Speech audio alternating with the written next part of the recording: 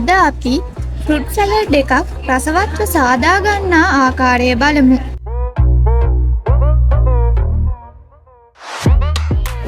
මේ විදිහට කපාගත් අන්නාසි ගෙඩිය පොඩි කෑලි වලට කපා ගන්න. ඊට පස්සේ ඔයාලා කැමති ආකාරයකට ඇපල් ගෙඩිය කුඩා කෑලි වලට කපා ගන්න.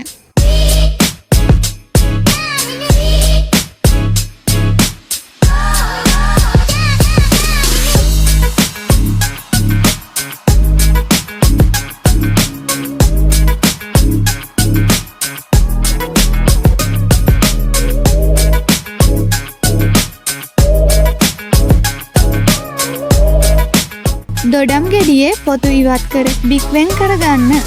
ඉන්පසුව එය ඔබට අවශ්‍ය ප්‍රමාණයේ කෑලි වලට කපා ගන්න.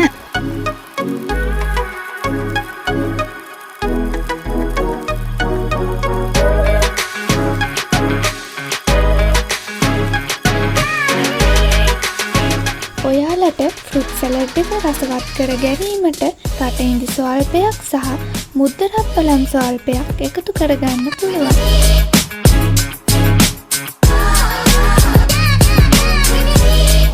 මේ ආකාරයට කපාගත් පළතුරු බෝල් එකකට දමා එයට අවශ්‍ය ප්‍රමාණයට ලුණු සීනි සහ දහි යොදාගෙන හොඳින් කලවම් කරගන්න.